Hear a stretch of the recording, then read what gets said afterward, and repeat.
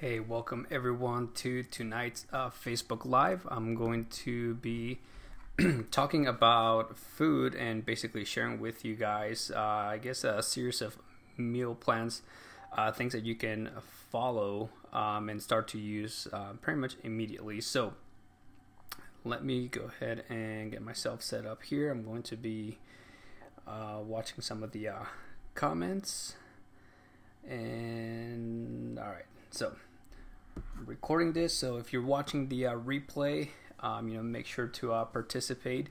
But here is what I'm going to be doing, and let me just approve a couple members that are trying to join right now. All right, so here's what I'm going to be doing today. Tonight, I think it's going to be very, very eye-opening. This is basically what I believe is the foundation of everything that I do. It's what Beer Diet Project is all about, and I want to share this knowledge with you because once you understand and see, this is essentially how I envision food.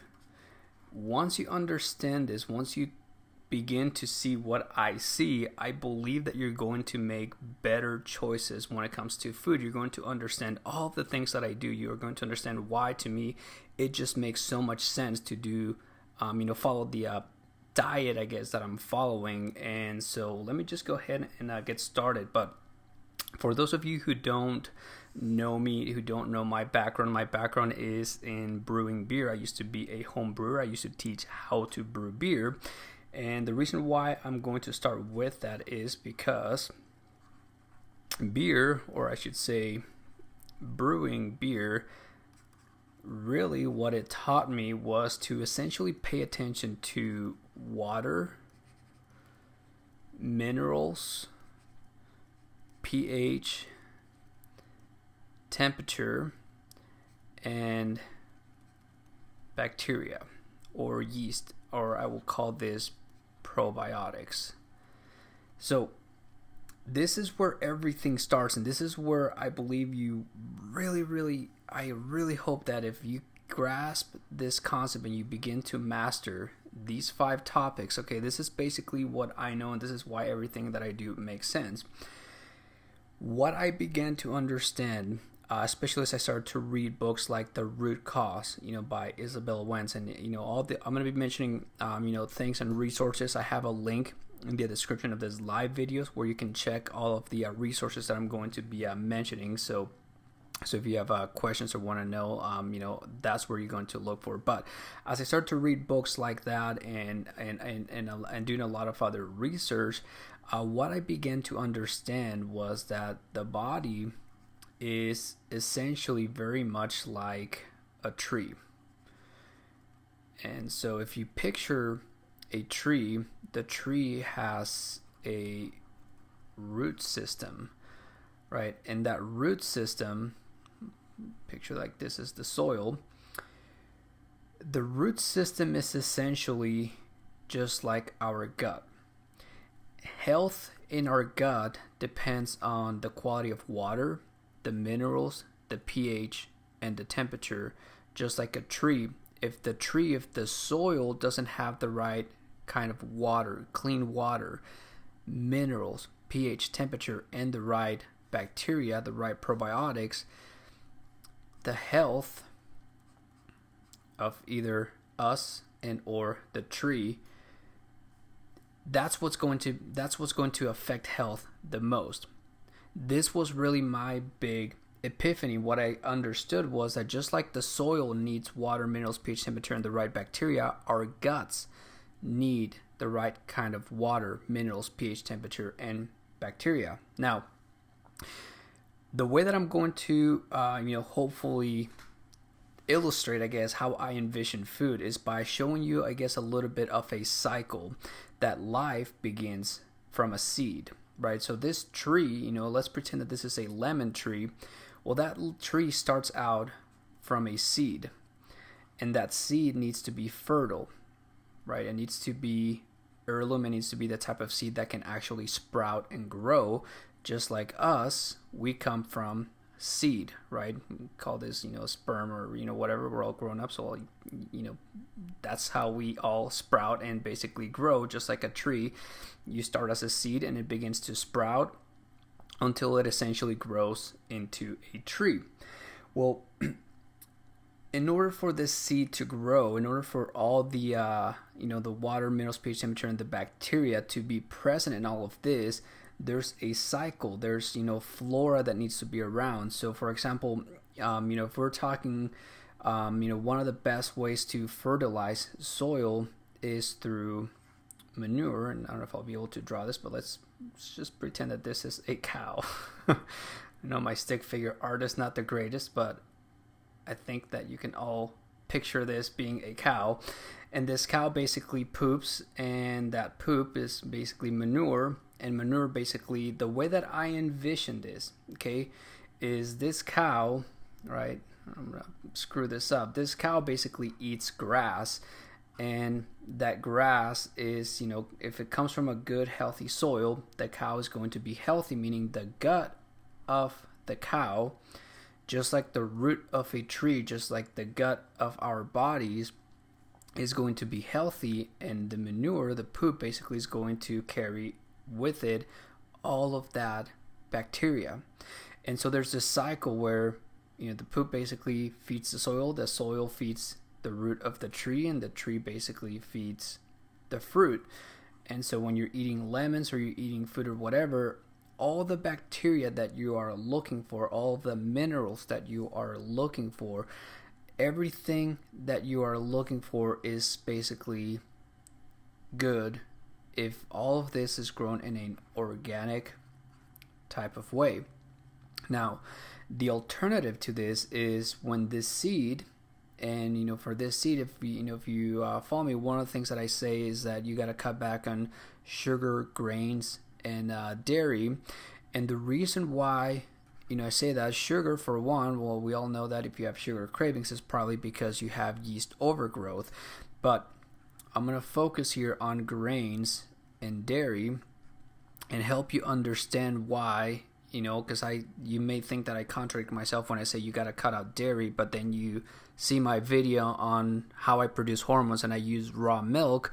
Well, that's what I want to hopefully illustrate for you so that you understand why, you need to cut out dairy, but then how you're going to reintroduce dairy and what type of dairy. So I mentioned that this is the way that it's grown organically, but now picture this.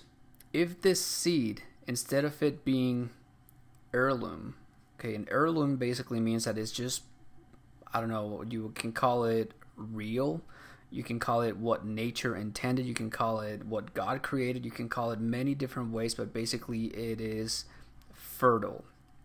It has life. It is able to sprout and give fruit. That's basically the meaning of it. And, organic is supposed to be that. But nowadays, organic is mostly a marketing term. So that's why you got to understand, what I'm really trying to convey here when I say, go organic versus conventional. Conventional, if you take seed, for example, for a grain like wheat, corn, or soy, well, these grains have been modified, they've changed, they've done stuff to them where they cannot grow. So if you go to the store and you get, for example, seedless watermelon, well, that's not fertile, right? That does not, you cannot grow more watermelon. I don't even know what it is, plants or trees, plants probably.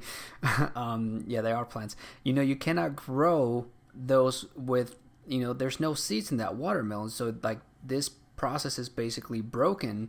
And just like seedless watermelon, our modern day wheat, modern day corn, modern day grains essentially are no longer fertile. And so when they try to grow these, they have to use other things to make them grow. They use other fertilizers. Instead of using a cow type of fertilizer, they'll use things like NPK, nitrogen, phosphorus, and potassium.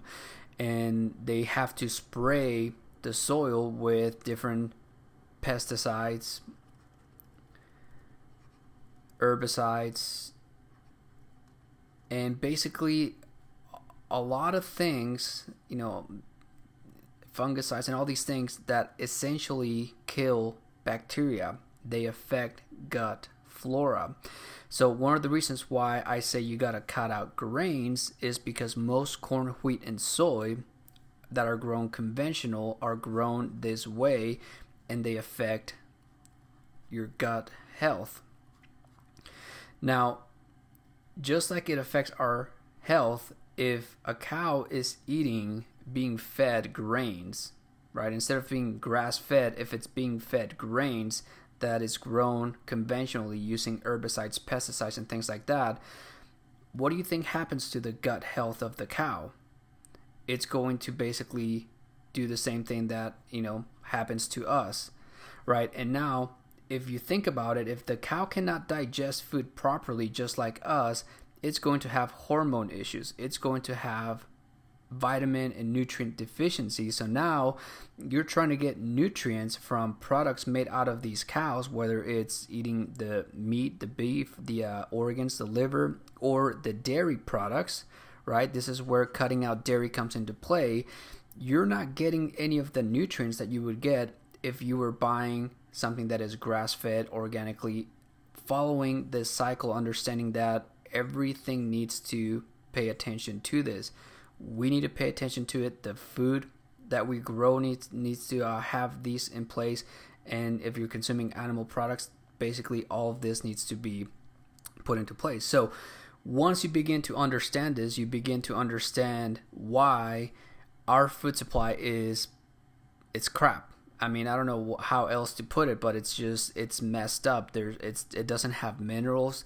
The bacteria that's in the grains, and just all of these things, like the same problems that we're trying to fix ourselves here. These poor cows, that's basically what they are going through. And to me, buying these products is supporting those practices that are essentially affecting all of our health. And so that's why, for me, I personally, shop mostly at places where I know either local farmers or, just people that understand this, right? This is what I'm trying to promote. I'm not trying to change this because, that's going to be probably years before it catches on, but I can change myself and I can go seek out and support this right away. And that's basically why I am sharing a lot of this information. Now, I mentioned that what I was going to teach today was how do you take something like pizza, right? This was essentially my favorite food, and suppose, let's pretend like this is a slice of pizza. How do you take this and how does the pizza become unhealthy? And is there a way that pizza could actually be healthy, right? That's essentially what I'm going to show you today. And so if you understand what I just shared about the way that food is grown, then you're going to understand that, hey, the ingredients for pizza, you need flour, and flour basically will come from something like wheat.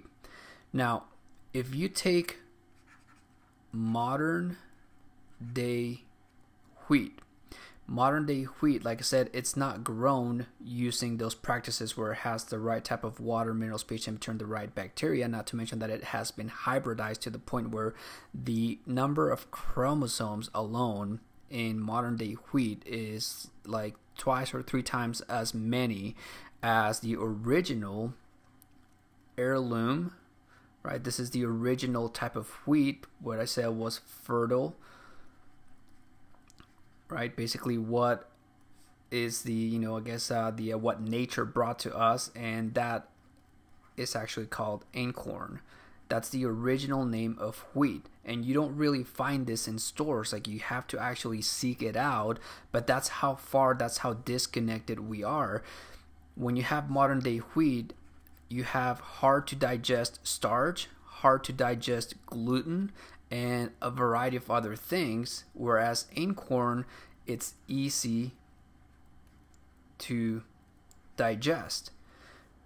So you can start to see what makes pizza unhealthy versus healthy. We'll start out with just the ingredients alone.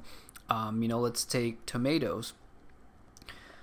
Interestingly enough, like, I grew up in Mexico, and in most third world countries, the concept of like Costco or having tomatoes year round is unheard of, right? Because tomatoes are seasonal. There's only certain seasons when tomatoes are actually, when you're able to actually harvest and eat them.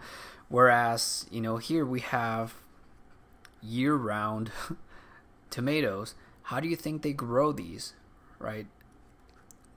Using fertilizers, herbicides, fungicides, pesticides, and all these other things. It's not heirloom. It's not what it's supposed to be, I guess, given to us by nature. But if you have heirloom tomatoes, a difference between heirloom and conventional is conventional tomatoes are actually very acidic. And as I mentioned before, if you start to pay attention to water, minerals, pH, right? pH measures how acidic or alkaline something is. Well, here's something that you may not be aware of, but when you are eating food, your mouth is more alkaline than your stomach. Your stomach is more acidic. And that's because starches, like wheat or tomatoes, the starch in there is supposed to be digested inside of the mouth, whereas proteins are digested primarily in the stomach. And what happens is, if you're eating starch and you're trying to digest starch in your mouth, your saliva, the enzymes basically that break down starch, these are the same enzymes that I use while brewing beer, which is basically your amylase enzymes. And the amylase enzymes can actually stop working when they are in an acidic environment. And that's one of the reasons why, if you're eating wheat that's modern day, that's already hard to digest starch, hard to digest gluten, and you're throwing in there tomatoes that are acidic, now you're having a hard time digesting this starch. And what happens is it ends up going into your small intestine, and that's where it starts to undergo abnormal fermentation. And that's what gives growth to things like yeast candida, especially if you're anything like me and are used to eating pizza and drinking beer further. It's not so much beer, it's alcohol. Alcohol actually has an impact on digestion. It can actually slow it down. And so, when you have that, this is basically what I realized I was doing to myself. This is what I realized was happening to me. This is, why, for me, understanding that, hey, it's not just that I'm drinking beer, it's that, hey, the ingredients that I'm eating from the foods, the tomatoes and all of that, that's really what's affecting, everything that I'm doing. And then we talked about dairy, right? So if you have cheese or dairy products from conventional grown, food sources, then you understand that the nutrients in these cheeses are really not the same as the heirloom or things that are grown organically, right? And so this is just one way of looking at it. Now, what would actually make this healthy is what I would call a traditional cooking method. And when I talk about traditional cooking, what I am referring to is the same thing as when I talk about ancestral wisdom coming from fermentation, right? Again, my background is in brewing beer, so fermentation is basically what I learned. This is basically what I'm trying to teach. In a way, I'm teaching you how to brew beer, or at least concepts that come from the brewing process. And so fermentation, the way that it looks is there is a way to actually make bread that is how it was traditionally made. If you actually read the Bible and figure out how they had recipes in the Bible, they talked about how dough had to be leavened, which basically means it rises on its own. And it's not that it rises on its own, it's basically when yeast takes over bread, right? I mean, bread is beer. I think of beer as like liquid bread, essentially, because you're working with yeast as well. So if you ever make bread, you're going to be adding yeast to flour. Although before Louis Pasteur discovered yeast, the recipe for bread was really just water and flour. But the yeast, basically what it did is that it basically went in there and it started to ferment the dough, and it would rise overnight and basically create what's known as sourdough. Sourdough, if I can spell that. Okay, sourdough. So sourdough is basically fermented dough to an extent. What makes it sour is lactobacillus, which is the same bacteria that's in our gut. That's our gut flora. This is what makes us healthy. Sourdough, not only does it have the bacteria, but it also is pre-digested. So by the time that it hits our guts, the amount of digestion, right? This is why, the grain itself is already easy to digest, but if you prepare it the right way, which is making a sourdough, then it is going to be easy to digest. Same thing, tomatoes, once you begin to cook them, the nutrients become more bioavailable. It's easier to digest. And if you're using the right type of dairy products coming from good, healthy cows, well, they are going to actually, and by the way, it's going to be raw, it is actually going to have the probiotics, and it's going to have everything that you need in order for that food to be digested. And this is really the difference between pizza being unhealthy versus it being healthy. It's a combination of what is the source of the ingredients and how is it prepared. That is essentially what you need to start to understand. And just like pizza, this applies to just about everything. Let me give you another example. Let's take cabbage, right? Cabbage, if you're eating conventional, well, number one, it's not going to have minerals, and it's not going to have the right bacteria that is needed to actually digest and break it down. And it's actually one of the reasons why, if you ever want to make sauerkraut, right? Sauerkraut is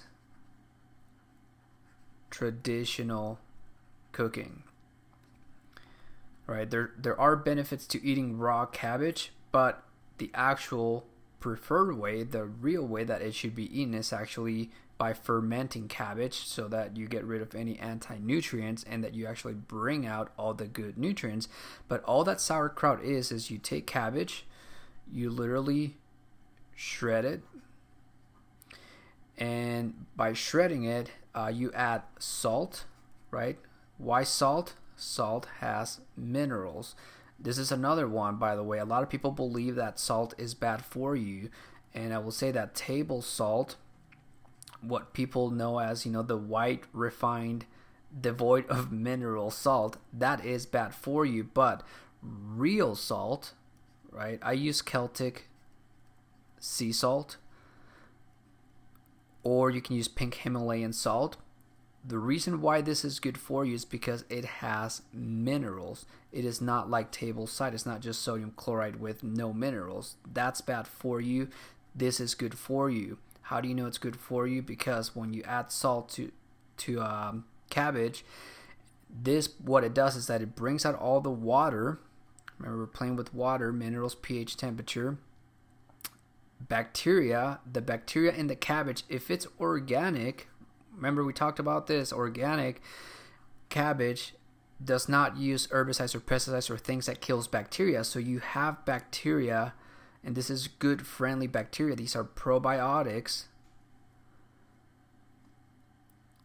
right? You have probiotics in the cabbage. You put all of this into a glass jar and you let it sit at room temperature, right? Remember, you got to pay attention to temperature. The bacteria are going to lower the pH and basically turn cabbage into sour. Sour basically meaning, lactobacillus creates lactic acid, which is what sours things like yogurt, milk, or sauerkraut. This is basically what is going on. You're just playing with water, minerals, pH, temperature, and bacteria. This is what's going on in your gut. If you have autoimmune issues, this is why for me I understood leaky gut. This is why I understood yeast overgrowth. This is why I started to understand all these things, and this is why for me my diet revolves around paying attention to the kind of water, the minerals that I use, the pH, temperature, bacteria, all of these things. That's basically what I am working with. So this is a huge concept that, this is basically how I envision food. This is how I see food. There's just to give you another 10,000 foot overview, and I've mentioned this in another video. You have raw food, and so remember, on one hand we have conventional, and this is what I'm going to say, this is bad food, right? And then on the other hand we have organic, and I don't even like using the word organic oftentimes, just because it's mostly a marketing term now. But if you understand what I mentioned before, that if it's just grown in, following those understanding water, minerals, pH, temperature, and bacteria, then you know what I am talking about when I say organic food. So this is one way to look at food, bad food versus good food. But then there is, as you begin to cook food, what begins to happen is you begin to denature enzymes, and you begin to get rid of, or you begin to kill off bacteria. Now, there is benefits to cooking food when it comes to plant-based or just certain types of foods. They're just, makes them easier to digest. But what would actually make them better is if you start going into fermented foods or traditional cooking, which is where you begin to bring out, and actually instead of killing bacteria, you begin to actually grow and promote the growth of bacteria. And this is basically why when you hear words like probiotics, pro basically means for, biotics, life. This is what we're going for. We're going for life. And then you hear words like antibiotics. This is basically against life. So this is what, killing bacteria is about. Basically, when you take probiotics, you're hurting your gut flora. That's why it's recommended that if you're ever given antibiotics, that you take on probiotics to restructure and restore your gut flora. This is essentially how I envision food. These are all the different elements that I am looking at. So you have, the source, you have how you prepare them, and then you have at the end, how is this, what's the end product look like as far as, the quality of water, minerals, pH, temperature, and bacteria. So I hope that this gives you a good understanding of food, and hopefully this also helps you understand, why my diet is, the way that it is. I guess one last one, and then I'm gonna move on to showing you the meal plans that that I've put together. Is that there is also a difference between running on carbohydrates versus fats, right? Most people are on a carbohydrate type of diet. Few people are on a ketogenic type of diet. I personally don't think that one is better than another one. I mostly think that once you begin to understand, the difference between a, carbohydrate-based diet versus a fat-based diet, I think that really what it all boils down to is understanding how digestion works when you're in a carbohydrate type of diet versus a ketogenic type of diet. The reason why I am primarily ketogenic right now is because for hormone production, you need vitamins A, D, E, and K, which are fat-soluble vitamins. And the shakes that I use to produce more hormones, to get my body to produce more hormones, are basically fat-based. and requires the use of cholesterol. And in order for all of this to work, you need a diet where it's where you have no fermentable carbohydrates. This is the most important thing about a ketogenic diet, is that in order to best digest fats and actually produce vitamins A, D, E, and K, you cannot have fermentable carbohydrates in your diet if you're doing primarily keto. Now, carbohydrates, you can still produce vitamin D, but in order to produce vitamin D when you're in a carbohydrate type of diet, you're going to rely primarily on the sun plus chlorophyll, which are basically where all of your greens come from. And so for me, if you follow my diet, if you follow what I do, you're gonna begin to see how I can alternate between a carb-based diet, or I should say a plant-based diet, where I'm eating a lot of greens and getting sun exposure for vitamin D, and how I use fats, a ketogenic type of diet, so that if I'm not getting sun exposure, I'm still getting vitamins A, D, E, and K. But then I have, cholesterol. I still have to find a way to get, cholesterol into my diet, because hormones like testosterone are directly derived from cholesterol. So I get most of my cholesterol from egg yolks, and that's practically, I'm mostly on a plant-based diet myself, but the only exception to being, that the only reason why I guess I won't be considered vegetarian or vegan or whatever is because I do eat eggs and, specifically egg yolks and, I guess dairy products. But other than that, and this is mostly because I know that that's what I need for, testosterone. And so if when people ask me, like, hey, what's a good diet for, for thyroid, conditions, I would say that if you include things like cholesterol, and I'm going to be doing more training on cholesterol, because you can't just go add cholesterol to your diet, especially if you have, insulin, issues. And if you already have like high cholesterol from a bad diet, especially from eating too much sugar and things like that, that's something that you need to take care of first. But once you understand that, then you can start to figure out a way to incorporate this into your diet. And so between this and good healthy fats,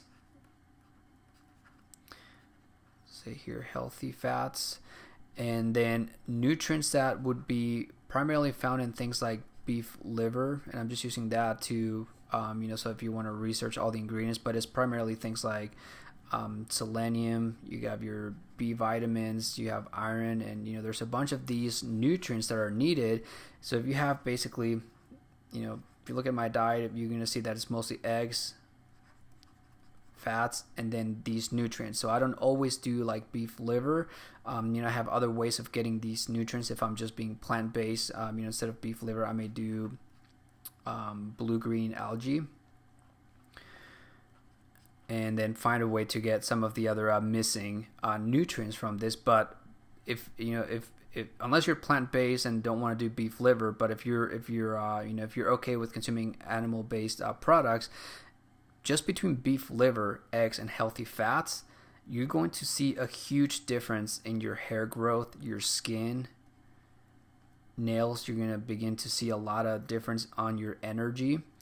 And that's because this is basically what, if you understand that you have gut health issues meaning poor digestion meaning nutrient depletion, lack of nutrients because you're not digesting food properly. These are primarily the nutrients that you are missing, which come primarily from the liver, and then egg yolks have like the others. So between those two, and then the fats are really more of a carrier. That's what I believe is and needs to be part of a, I guess I will call a recovering or a improving type of diet and meal plan. So let me share with you what I have put together. I've been working on putting together a meal plan for you guys. So I have the link for this in the description of the live video, but you can start to see here, I'm talking about, kind of like what I walked you through, but my journey as far as, going from the standard American diet, which, as I shared, this is basically the conventional, where, things is basically, food is grown, devoid of minerals, using primarily NPK, herbicides, pesticides, and things like that. And so that's basically where I started. That's where, a lot of us are, I guess, starting. And then there's, different ways that diets are classified, like paleo, keto, or whatever. But as you begin to understand, the difference between how I see food and other people, like you can go to people that say that they're keto, but they don't pay attention to the source of food, or people that say that they're paleo, but same thing, they don't pay attention to the source of food, or even if they pay attention to the source of food, they don't pay attention to how it is prepared, right? And so these are all the different, I guess, I don't know what you call them, levels or dimensions, I guess, that I'm looking at on ways to make food better for you. And so I have in here, walking you through my understanding on health gut. I have a list of foods that you can, begin to add. These are foods that I know have helped me out a lot. And all of these, once you begin to research them, for example, like I use pumpkin seeds on my green ketogenic smoothie every day, and it's basically one of my sources of vitamin A, right? And remember, vitamins A, D, E, and K are the vitamins that I'm looking for hormone production. And so you're going to start to see why, grass-fed beef, raw unpasteurized milk, right? Unpasteurized, why? Because if it's pasteurized, if it's heated, it's basically killing all the bacteria, all the good enzymes that help you digest and actually get the nutrients. Not to mention that the only way you're going to be able to drink raw unpasteurized milk is if it's coming from a healthy cow. You would not drink raw unpasteurized milk from a conventionally grown or conventionally raised cow, I guess I would say, right? You just wouldn't do that, because there's a reason why they have to pasteurize that milk. There is bad stuff in there that they need to kill, and that's why they pasteurize it. Whereas if it's grown in an organic way, if it's grass-fed and the cow is healthy, then you're actually getting good stuff, good bacteria, good stuff that you actually need. So I have, blue-green algae and all these other, ingredients in here. Another one here is actually raw unpasteurized nuts, things like almonds and, all these, cashews and things like that. Same thing, if you take a nut, it's kind of like a seed. What people don't tell you, like you can buy raw, say for example, raw pecans. And, if the label says that it's raw, but it doesn't say unpasteurized, the label doesn't say this, but basically what it means is that it's been radiated. Radiation kills bacteria as well. And that's why these nuts that are sold, that even if they're raw or, if they're roasted basically, again, it's like pasteurized and it's heating up, right? It's raising temperature and it basically kills, bacteria. And when I say bacteria, I'm talking about probiotics. So in order for nuts to be healthy for you, they need to be raw and they need to be unpasteurized, because that's how they contain the probiotics that are needed. But here's the other thing that a lot of people don't know. Even if you try to go get raw unpasteurized nuts, just like many other foods, especially plant-based foods, tend to have a lot of anti-nutrients, right?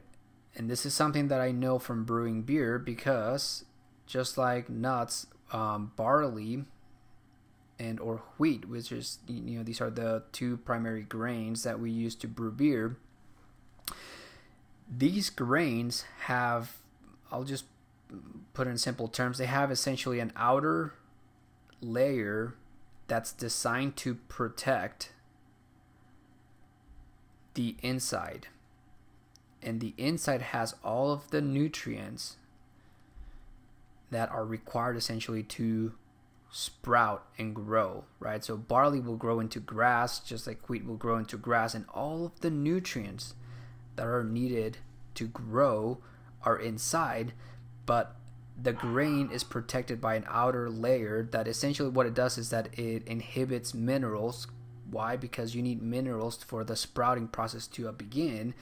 But if you soak the grains, right, we're adding the element of water, and if you have minerals, right, water and minerals, when you soak a grain, it basically gets rid of all of these anti-nutrients. You might hear this in brewing. We call this a phytic acid rest, and it's basically removing all the basically the anti-nutrients is what inhibits minerals. And that's why they say that if you get nuts, you're supposed to soak them overnight, or at least for 6 hours. Probably 8 to 12 hours will be a better time frame. But this only works if you're working with raw and unpasteurized nuts, right? And so again, these are all the details that once you begin to see this, you can see how it is. To me, like, I think of it as madness that people are buying all these things, like going back to the tomato example for like pizza. Most pizza places use canned tomato. Canned tomato is basically filled with food preservatives, things like sodium benzoate or other things that you may not even be able to pronounce. And what these preservatives are designed to do is basically to inhibit digestion. That's one way to say it, but really what they're designed to do is to inhibit enzyme activity. Basically what they're trying to do is to keep the pumpkin from fermenting inside of the can, from breaking down, and basically they will say that it's keeping from rotting. And that's really why these cans can last on the shelf for months and months at a time. But the thing that people don't understand is that if that's what you're consuming, if you're eating canned tomato, canned pumpkin, canned whatever, this sodium benzoate is basically making its way down to your gut, and it's going to be inhibiting digestion and enzyme. And so now you begin to see why the root cause for the yeast overgrowth and all these other things, leaky gut and all these other things, basically boil down to the bad choices that we make in food, because most people just don't have this understanding. I didn't have this understanding. I was basically 28 years old when I found out about this. So I went 28 years of my life eating pretty much whatever was put in front of me, because I didn't know or understood that all of this stuff was going on behind the scenes. So moving on, you're going to see here, I have diets that I started with. Like practical paleo was one of the ones that that I think really helped me out. It's a really good book to read, by the way. It covers different diets for autoimmune, digestive, for blood sugar regulation is a big one, thyroid health, cancer recovery. There's liver detox. There's all these things. Stress, adrenal health, for adrenal fatigue. If you're anything like me, losing your hair and all these things, a lot of it has to do with adrenal health. So it's a really good resource, and to be learning about this. Let me see. So let me get to the meal plan, because you can read all of this. So anyway, so I started out with different meal plans. So the first one is what I call a beginner, and so this is for most people to transition into the kind of diets. And by the way, you don't have to go through all the levels like I did, but you can just take whatever makes sense to you. And once you find that you're happy at a place where you feel like you're getting more energy and you're happy with that, that's all you have to do. But for most people, I find they're used to eating breakfast, so I share one of the best things that I ever did for my health was to take on intermittent fasting. So I don't eat breakfast, but I know some people are not ready for that. So you can start out with this plan where your breakfast can be more of a paleo type of breakfast. So you're not exactly going ketogenic. You're still including some carbs in your diet, in your breakfast, lunch, and dinner, but at least you're including more healthy fats and reducing some of your carbohydrates, at least restricting them, a little bit, not eating too much sweets. Cutting out sugar is going to be the best thing you're going to do for your diet. One thing that I add to this is basically these supplements: fermented cod liver oil and the grass-fed beef organs. And this is just because I know that this is where most of the nutrient depletions that I'm seeing, from vitamin D to selenium, copper, or copper to manganese, iron, and some of these other ones. These are the main supplements where you're going to get a lot of these nutrients. So you can kind of see that there's the intermediate one. So the intermediate one, the only difference is that now I start to introduce intermittent fasting into the meal plan, and everything else basically remains the same. So it's an easy transition. Once you begin to feel good with the beginner, this will be much easier to transition, and trust me, it'll become easier and easier to cut out sugar as you begin to progress from that into the advanced. So in the advanced plan, I now begin to add probiotics. Right, probiotics will now begin to help with digestion and things like that. So you'll see things like sauerkraut and some of these other things.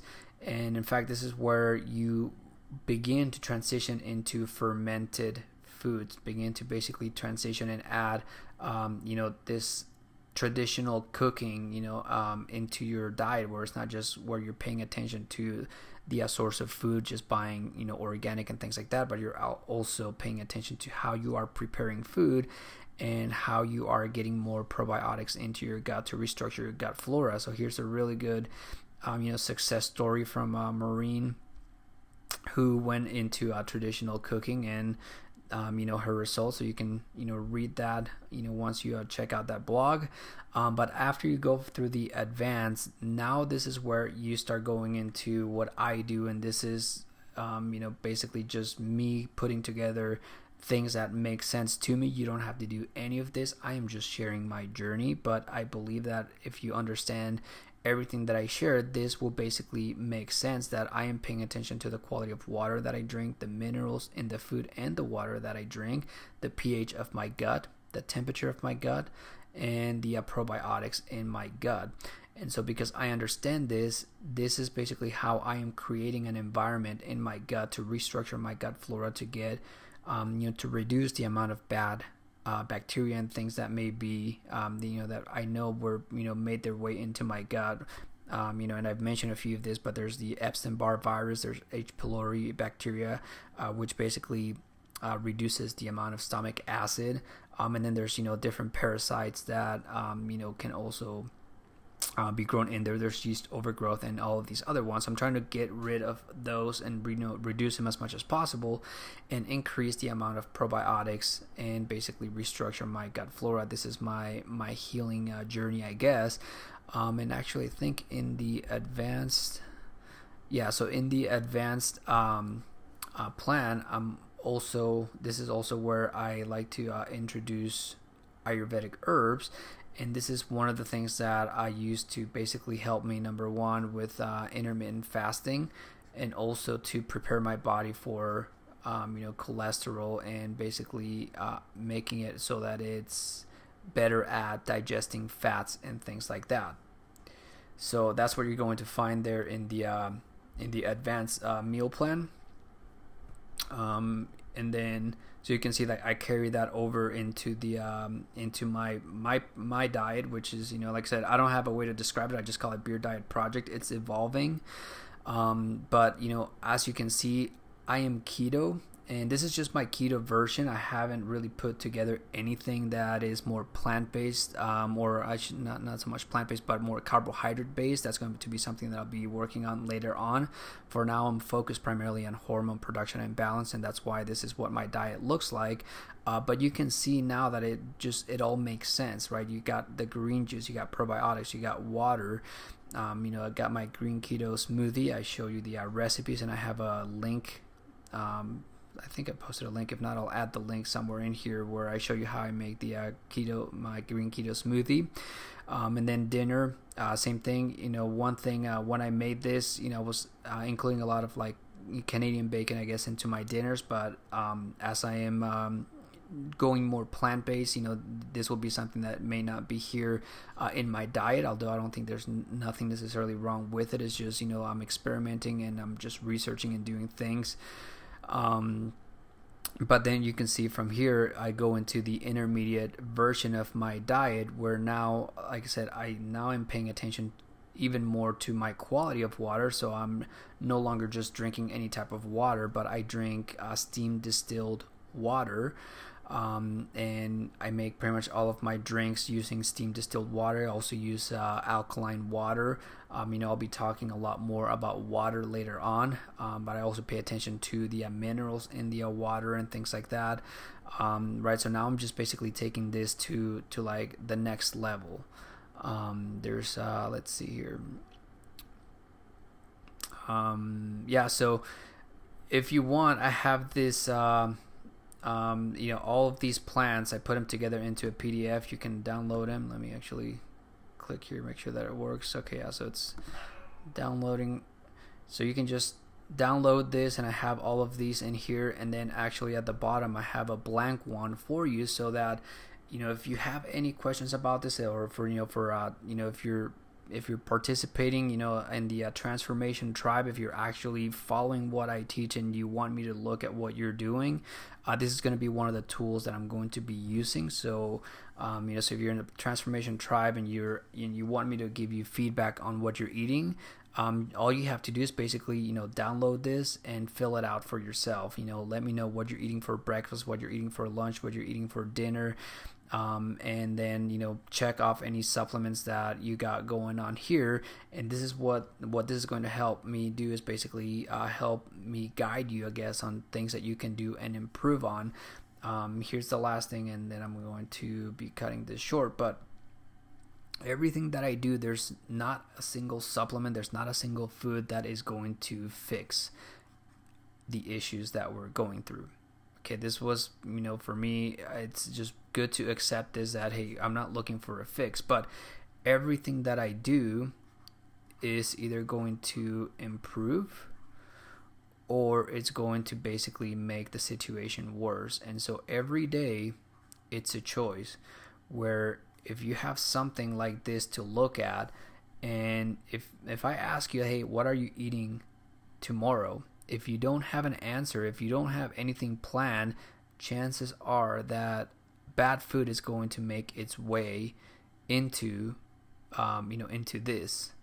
But if you have this filled out, if you have planned out, then you're going to basically know that every day that you follow a good plan, you're going to improve, and every day you're just going to keep improving. If not, then if you don't focus on what you want, what you don't want shows up very easily, and your diet and health is going to basically worsen. So that's my message for today. Hope that you got value from it, and check out the link again in the description of this live video, and stay tuned for more information. Thank you everyone for watching, and thank you everyone who likes, comments, and or shares on my content. I truly appreciate all of you, and I will see you guys later.